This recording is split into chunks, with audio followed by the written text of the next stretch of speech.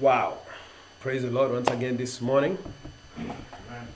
I'm glad that we are here to praise God and to worship Him. We thank you so much for the prayer session. Thank you for those who have joined us online for this wonderful session. We give you praise and we thank you and we welcome all of you who are watching us online. Those of you who are sitting on this audience, may the Lord bless you so much. I want us to begin with the word of prayer, then we can go to the word. Let's pray. Father, thank you this morning for this session that we have to share your word with your people. I ask that you anoint me and use me this morning, Lord, as we speak your word. Let it come with understanding, revelation, knowledge. Grant us understanding and revelation, Holy Spirit, of who Christ is in our lives. We pray that from this particular word we're receiving, Jesus will be glorified. In Jesus' name we pray. Amen. Amen. Good. Want us to go to the Word of God this morning. I want us to share what the Lord has put in my heart for this particular service. And I believe that it's going to be a blessing to each and every one of us in Jesus' name. Amen. Well, I want to talk today this morning about walking in love. About walking in love.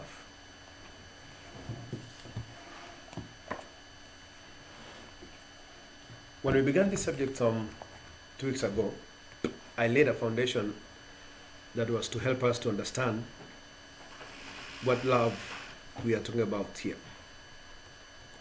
We're talking about the love that comes from God. We're talking about the love that is God-given. It's not human love. It is not the love of the flesh. It is a love that is eternal. It is that love that God Himself has allowed us to be able to have by salvation, through the process of being born again. When we receive Jesus Lord and Savior, the Bible says that we come into the kingdom of God. We come into the kingdom of God. And in that kingdom, we are able to experience the love of God. Now, I want us to go to the book of 1 John. That's where we will start. 1 John chapter 4. I want to read some few verses there.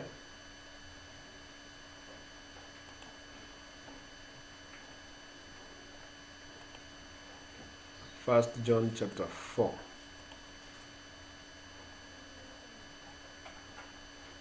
Want to also thank everyone who is joining us online.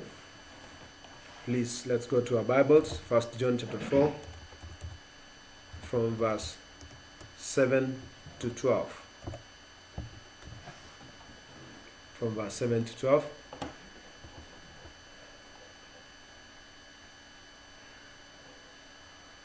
I'm going to read, and this is what the Bible says. It says, "Beloved, let us unselfishly love and seek the best for one another." It says, "And for love is from God, and everyone who loves others is born of God and knows God through personal experience." I'm reading from Amplified. Verse 8 says, "The one who does not love has not become acquainted with God, or does not and never did know Him, for God is love. He is the originator of love and is an enduring attribute of His nature. By this, the love of God was displayed in us, in that God has sent His Son, His one and only begotten Son, the one who is truly unique, the only one of His kind, into the world so that we might live through Him." I want to pause there and explain some few things before we continue. We are talking about the love of God and the love that which God has for us. You remember we say that when we talk about the love of God, we're referring to God's love for us. We're referring to as loving God and also the love for the brethren, which means that we are supposed to know love in 3 different dimensions. We know love from us loving God, we know love from God loving us, and we know love from us loving one another. So God wants us to come to a place whereby we live our lives or our Christian lives according to the love that He has given unto us. In the book of John that we just read, the Bible says that God has actually given us love, because He says, everyone who loves is born of God. And he who does not love does not know God. He who does not love does not know who? Does not know God. So we have to come to this place of knowing that the love that we are expected to express to one another is the love of God. Say amen. So we have the love that God has towards us. For the Bible says, for God so loved the world that He gave His only begotten Son, that whosoever believes in Him shall not perish but have everlasting life. So there is love. God loves us. We need to know that love of God, and we need to be secure in the love of God. You see, when we know that God loves you, if you know that someone loves you, I think there is a lot that you can be able to receive from that person because of your confidence and your knowledge of His love. Amen? Amen. So we have to come to this position and this place whereby we begin to accept the fact that God loves us. God loves us. And the Bible says, because He loved us, He gave Himself.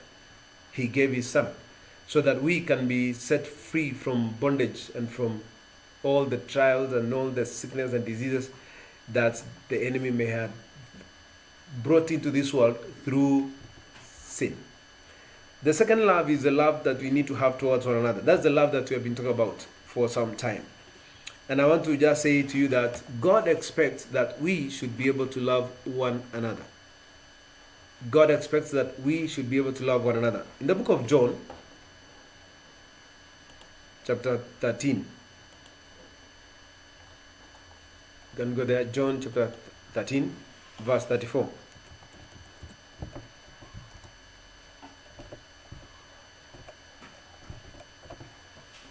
Jesus is speaking to His disciples, and He tells them this very interesting thing.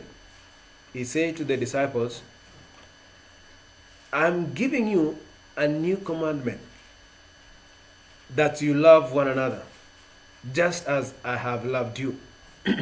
So you too are to love one another. Jesus is saying to His disciples, I'm giving you a new commandment, that you love one another just as I have loved you. So you too are to love one another. By this, everyone will know that you are my disciples if you love and unselfishly concern for one another. Somebody say amen. Amen. Now, we have to understand this, that Jesus was saying to His disciples that I'm giving you a new commandment. I'm giving you a new commandment. Now, this new commandment is for the New Testament.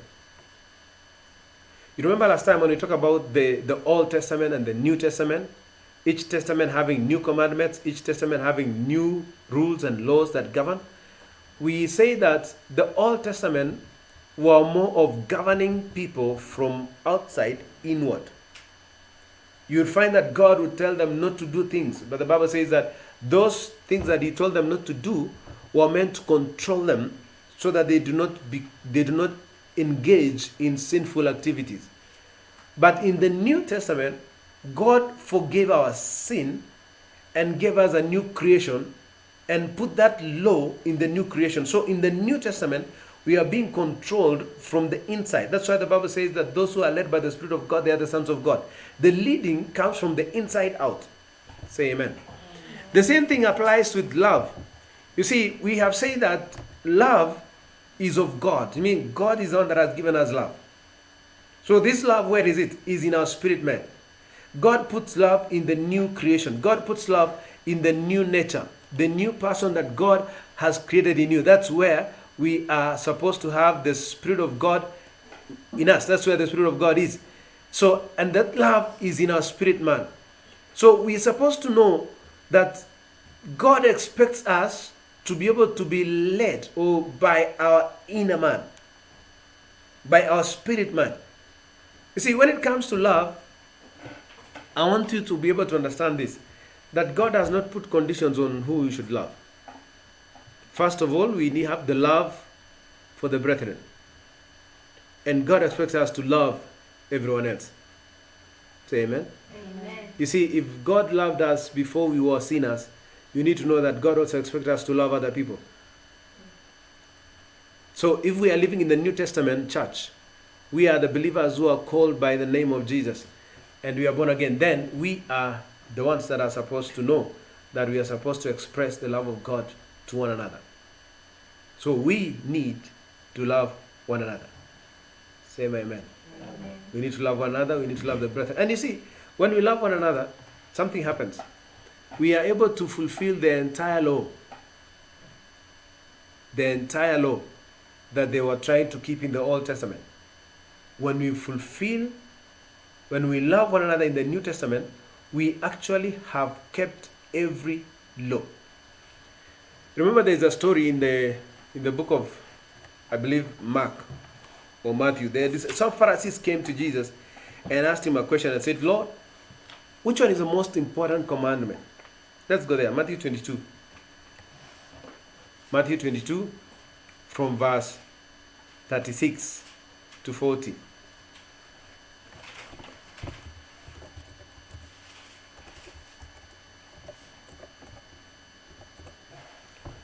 Some guys came and asked Jesus, Jesus, which one is the most important commandment?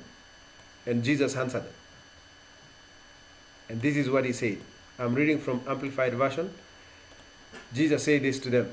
Actually, they came and asked him, Teacher, which is the greatest commandment in the law? And Jesus replied to him, You shall love the Lord your God with all your heart and with all your soul and with all your mind. Remember that these guys are referring to the Old Testament commandments. So when they're asking which one is the greatest, it's because they had so many other commandments.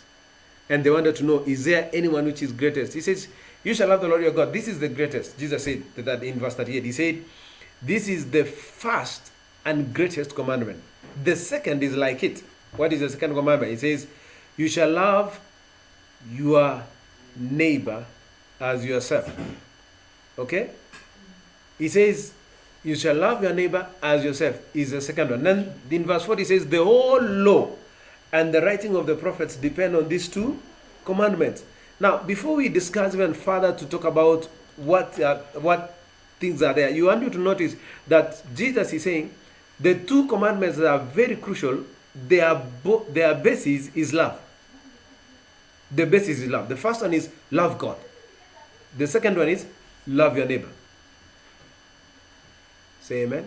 Amen. Love who? God, one, and love your neighbor. Now, the two are talking about love. So when we are sitting in this particular meeting or this particular service and this fellowship, and I talk about love and walking in love, I want you to notice that God expects us to have love expressed both to our neighbor and to God himself. We are supposed to love God. Say amen. We're supposed to love God. And we are supposed to love one another. So as the scripture is saying, we need to be able to express that love to one another. So I want to talk about something this morning that I believe will be able to help you in understanding how the New Testament works. And this is how we need to learn to function in love in the New Testament. The Bible says that in the New Testament, Jesus promised that he's going to give us one command. He said, actually, I give you one commandment. He says, the commandment that I give you is that you be able to love one another. God had prophesied before in the book of Jeremiah 31. Let's go there. I'll show you where it is. Jeremiah 31, verses 31. God gave a promise long time ago in the Old Testament. And he was giving this promise to those people that a time is coming that I'm going to do a new thing. And this new thing was actually to be able to write his law in our hearts.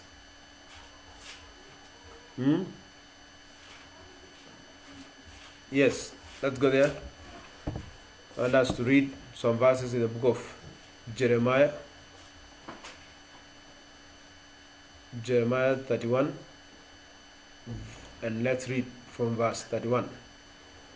The Bible says, "Behold, the days are coming, says the Lord, when I'll make a new covenant with the house of Israel." Now, this new covenant is what we are talking about today as the New Testament. Say after me, the new replaces the old. So whenever you hear of something new, it means that the old is being removed. We know this because of Hebrews chapter 8. Paul is talking about the old and the new covenant, and he's saying that God found that the Old Testament covenant needed to be replaced because it was weak in its nature. So God has brought us a new testament. God has brought us a new covenant. And now he expects us to live and be guided by the new covenant.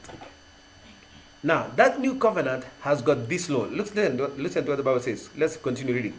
He says, "I'll make a new covenant with the house of Israel and with the house of Judah."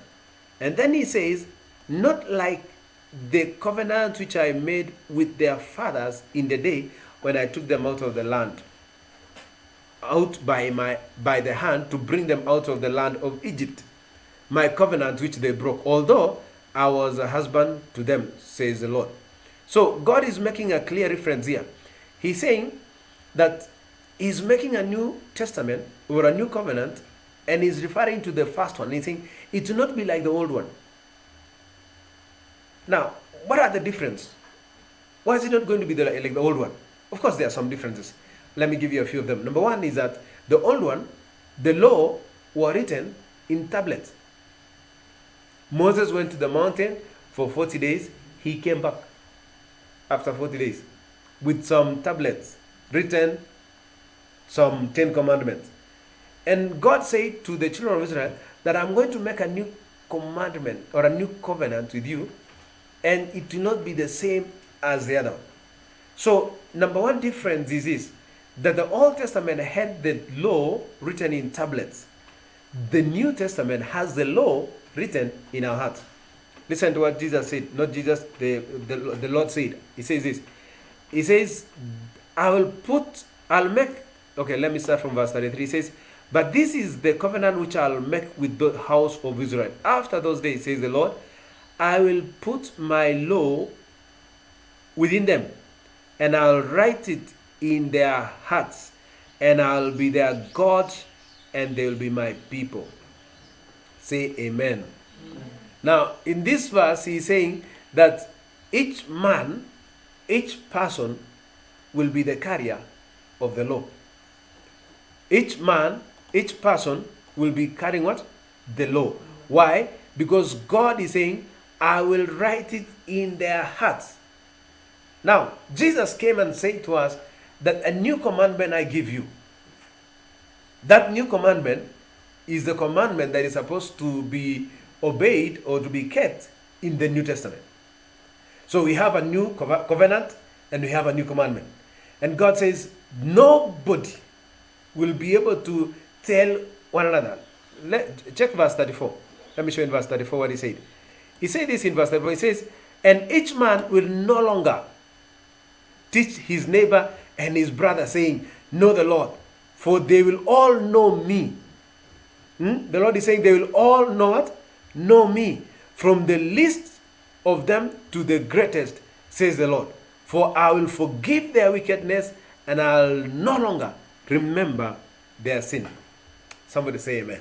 Amen. I mean, the new covenant is better by far compared to the old covenant. You know, sometimes I will hear people say that God is angry with me or is angry with you, and God is going to judge you for your sin. I think I have some good news. God has already forgiven your sin. Right now, we are living in a dispensation called grace. God is in the business of forgiving, of healing and restoring people and giving them life. He's not in the business of killing anyone right now. You see, I don't know where we got the mind that every time we sin, God is going to judge.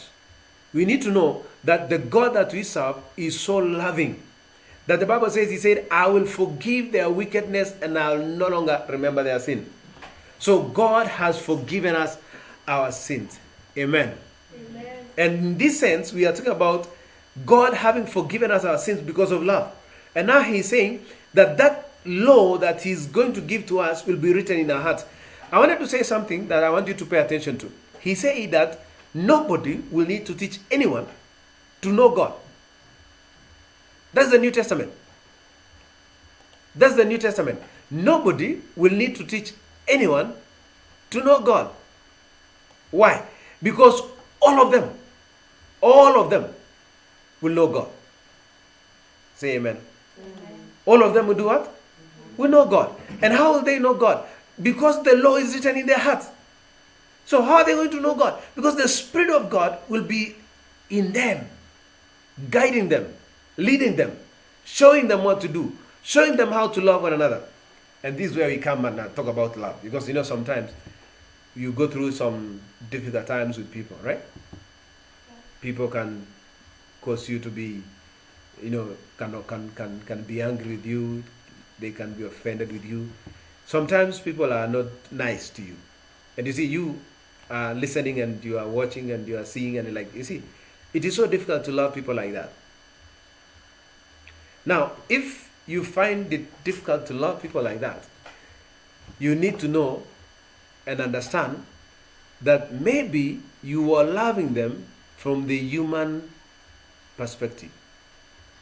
Maybe you are loving them from your human love. You say, as long as they don't do this, as long as they are good people, as long as they are not going to bother me, as long as they are not going to disturb me, as long as you always put attachments. We say that human love, as we said, is selfish in itself. Selfish. It all wants everything for itself or for himself. If you love people with your human love, you will always be limited. You will run short. You will not have enough, because that cannot run to sustain love. But the love that God has for us is a love that we need to understand is the love that is not selfish. It's not limited. It is perfect. Say amen. Amen. So God wants us to demonstrate this love to people. God wants us to be able to love, especially the brethren.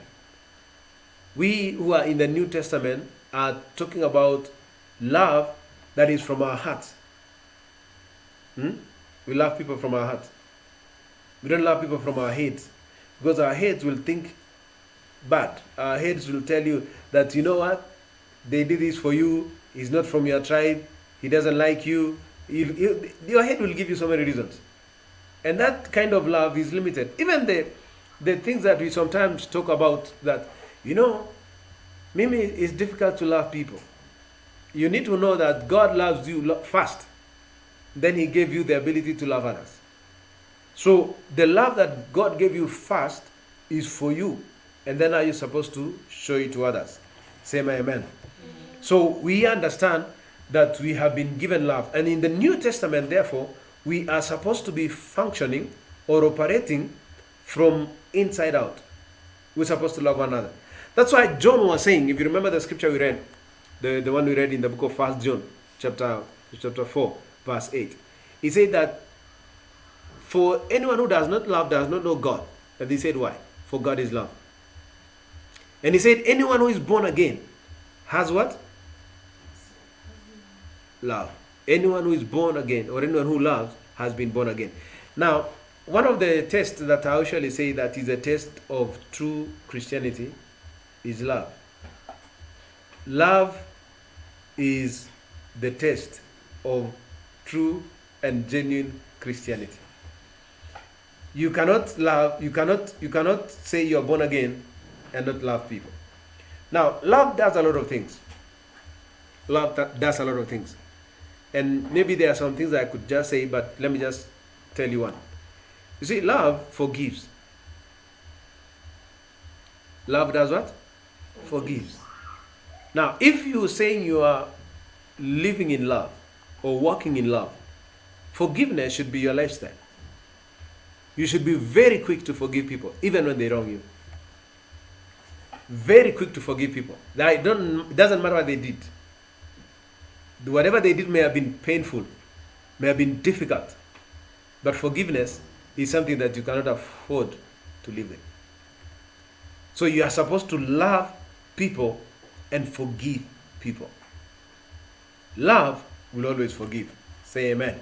Amen. That's why the Bible says, for God so loved the world. And by the way, in Romans 5 verse 8, I think so. The Bible says, in this way God showed us his love. How? That while we were yet sinners, Christ died for us. So God demonstrated his love towards me and you long before we even knew that Christ came. How did he demonstrate it? He loved us while we were sinners. And actually, he forgave our sin before even we asked for forgiveness. Like someone watching online and you are not born again. Let me tell you some good news. Your sin is forgiven. Your sin has been forgiven.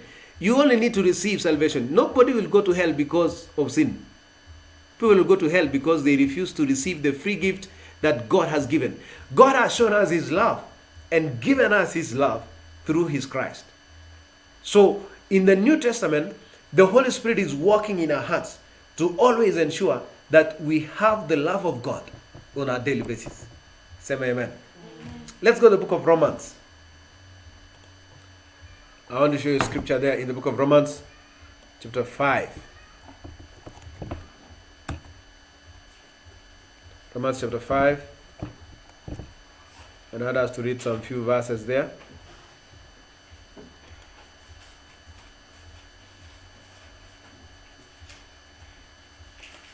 Paul was talking about the challenges that we go through, the difficult times, persecution. But he also said something else.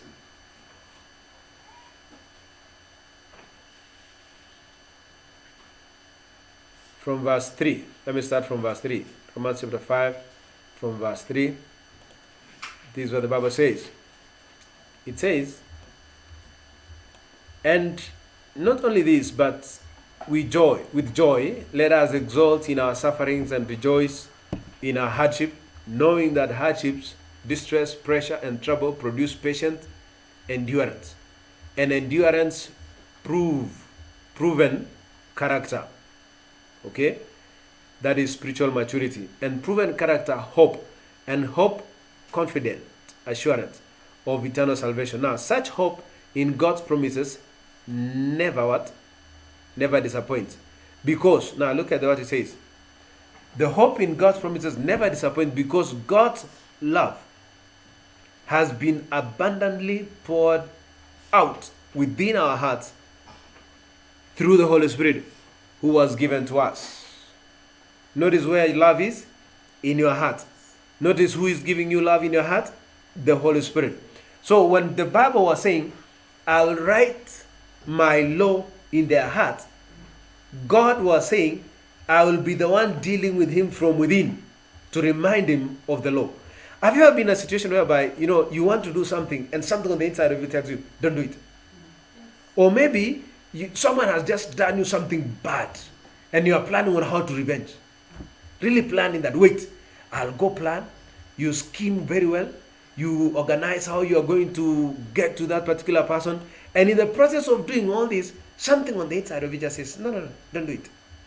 Now, that's something that people call it something. It's the Holy Spirit trying to remind you the law of love. Trying to bring the law of love into your mind. That's why the Bible says, no one will teach anyone. They will all know me.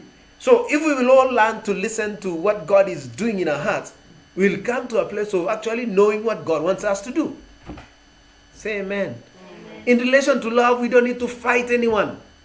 We don't need to fight your brother. You don't need to fight your sister. You don't need to fight your fellow pastor. You don't need to fight your boss. You need to live in love. And how will we do that? If we listen to our heart.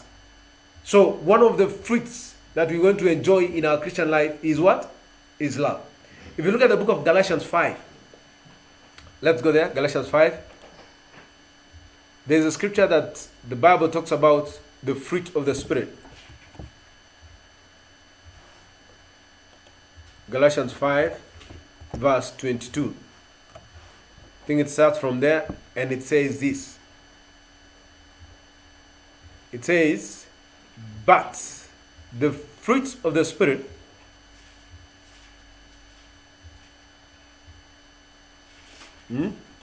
What is the fruit of the Spirit? But the fruit of the Spirit, of His presence within us, is love. Now, notice that love is number one. Love is number one. Joy, patience, faithfulness, kindness will follow. But love is always number one. One of the things that is supposed to be the first manifestation of genuine salvation of people who are born again is the fruit of love. Now you see, for every tree to produce fruit, there's always work to be done. Is that not true? If you want a fruit from a tree, there's work to be done. There's of course like weeding. There is things like putting manures. There is of course other things like watering the plant, keeping it safe, and making sure that it produces the fruit. Now, I want you to know that when God deals in your heart to love, He expects you to deal with your heart or your soul. Sorry. When God is dealing in your heart to love, the problem will be in your soul, because your soul has got bitterness, it has got anger, it has got all these things that are trying to stop you from expressing the love. So we need to learn to cultivate and express the love of God in our lives. Say amen. You see, you can always increase in the fruit of love. How? By studying the scriptures. Feed the love of God with the word of God. If you want anything to grow, feed it. Feed it. So if you want to love people, you want to love, you want to express love, feed the love of God with the word of God. Feed the love of God with the word of God. If you want it to grow, pray it. You have to pray, because the Bible says, when you read the book of 1 Corinthians, he talks about the things that people can do in the name of so many things. But he said, if you do give to the poor, if you preach the gospel, if you do whatever you do without love, even praying in tongues without love, the Bible says you are nothing. You are a sounding gong, and you're making noise. So the bottom line of all these things is love. Amen? It is love. And it is this love that now God wants us to be able to love other people with. So we understand now that love, being the fruit, is something that God wants us to be able to produce in our lives as Christians. We're supposed to walk in love. We're supposed to express our love. And so how are we going to walk in this love? You see, first of all, you need to understand that you have this love in your heart. If you are born again, that is. This love is not available for those who are not born again. I just want to be straight with you and tell you straight that those who are not born again don't have this love. You will tell me, Pastor, I love my children. I know you love your children. There is human love. I agree. There is human love. There is filial love. There is love that you feel for someone. You love them because there is you are interested. Have you noticed that people are in a relationship, they say, I love you, I love you. As long as you love me, then you have not done anything wrong, I love you. But when people do something wrong, even one, relationships come to an end. Why? Because their love was filial. It was that love that is dependent on how we feel, feelings.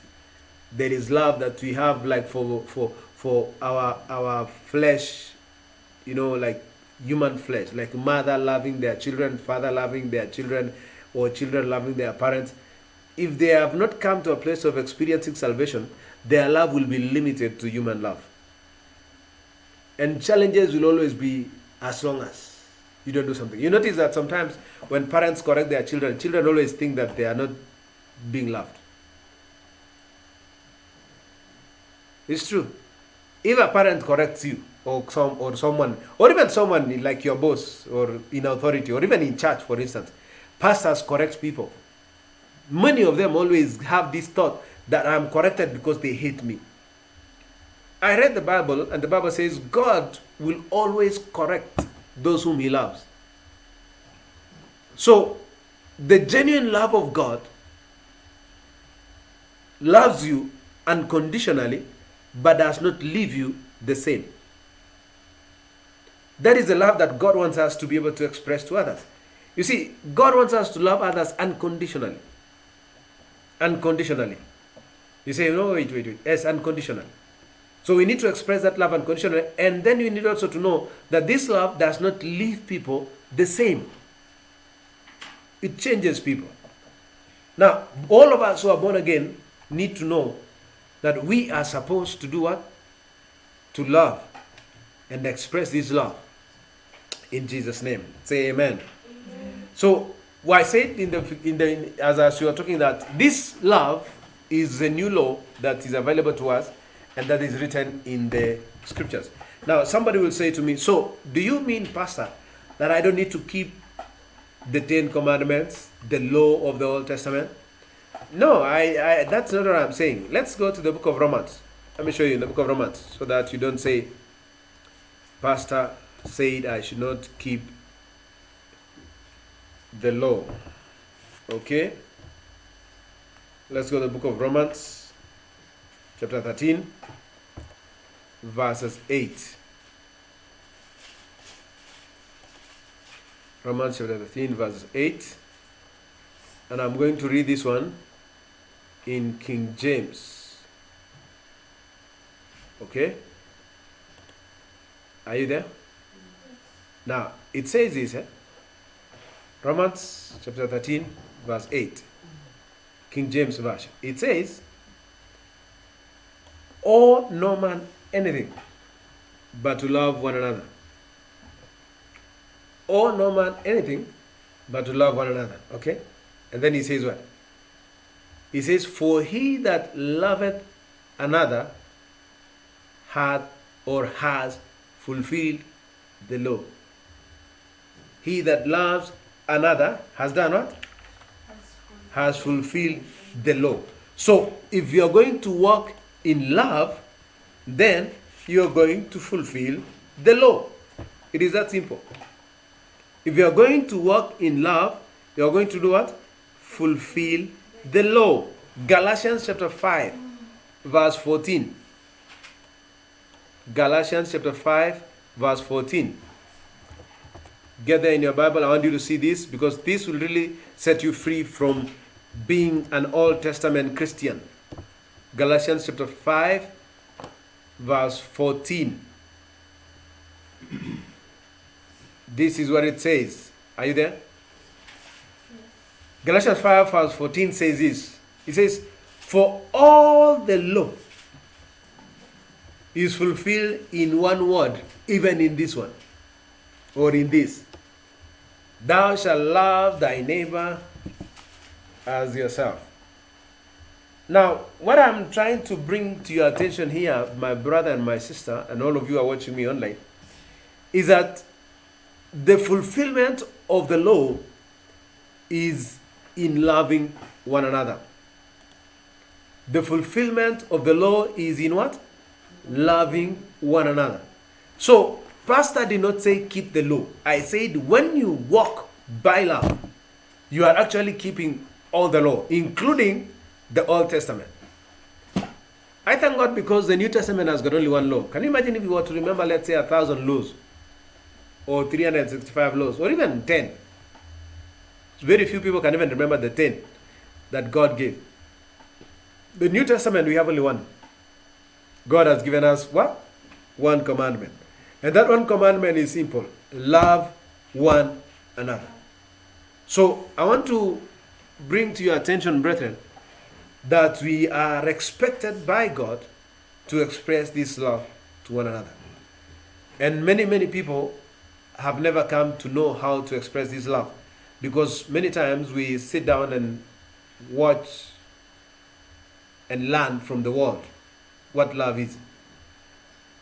The world does not know or understand this kind of love.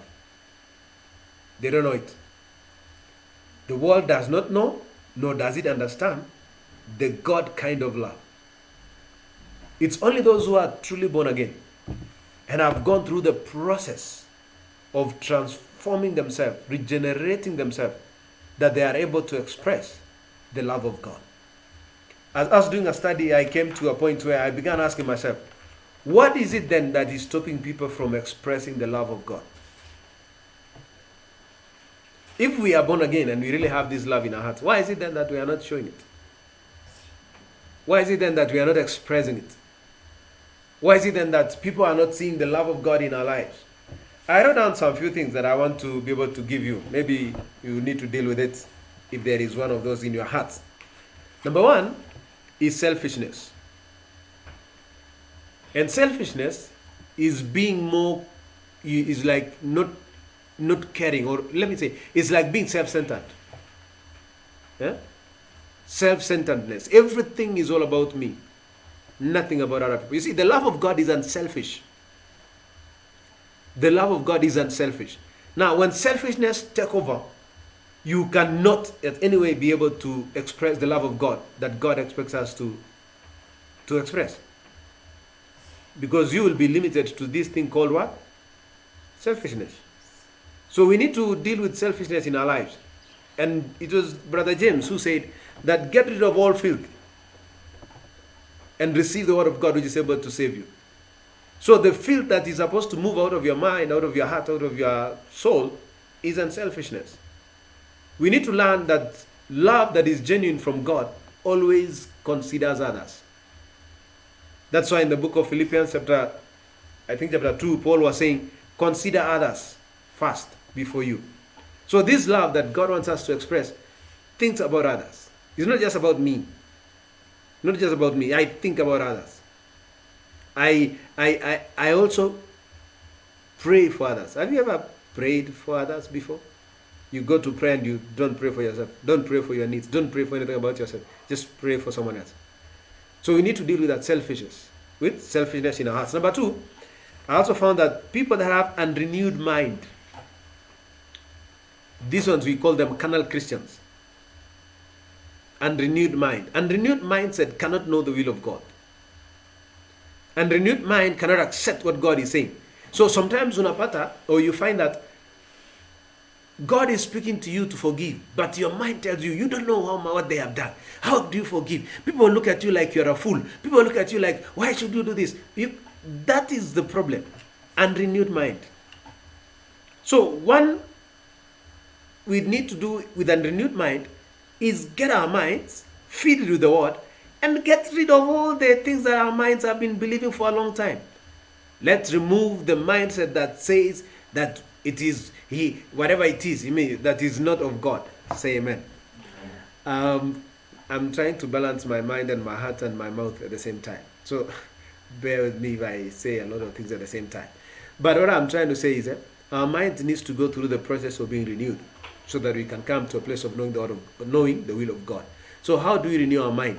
By feeding it with the word of God and by applying what we know. The mind does not just change because you know. It changes because you apply it. It changes because you say it. It changes because you do it. So when the Bible says love one another, if somebody actually did wrong to you, it is right time to wake up right now.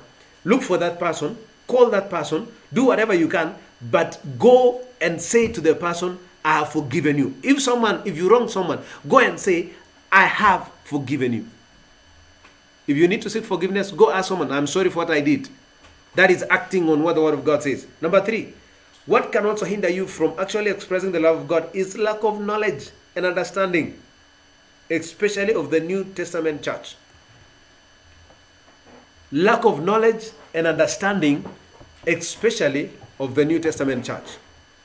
There are so many people that don't have an idea that the New Testament is not like the Old Testament. We still live in the Old Testament, and God forbid, because we don't have knowledge. So we are trying to do things from outside, the same way we used to do in the old. We still want to control ourselves from outside. We still want to monitor and manage and control the things that we do from outside. The law is still applicable to our men. The Bible says God found fault in the flesh. The flesh could not submit to the law of God. It can't. So what did God do? He renewed us. He created us afresh. The Bible calls it regeneration. so that we can be able to obey the law of God. So many people are lacking understanding. They're lacking knowledge. God forbid. Someone say amen. You should do what? Have knowledge. Number 4, this is what I found out, is bitterness. If you allow bitterness to settle in your heart, it's so difficult to express the love of God. Very difficult. The Bible talks about the root of bitterness in the book of Romans chapter 12. That if this root of bitterness rises from within you, it defiles the heart. And when the heart is defiled, then it becomes very difficult for people to express love. Especially when you've gone through a difficult time. You see, sometimes we go through difficult times. We go through seasons that we get to pass through things that are not easy. They are tough. And what happens? We go out of that experience with bitterness in our hearts. And when an opportunity comes for us to be able to express the love of God, it becomes difficult. Because I have carried bitterness for some time against someone, against your friends, against your family.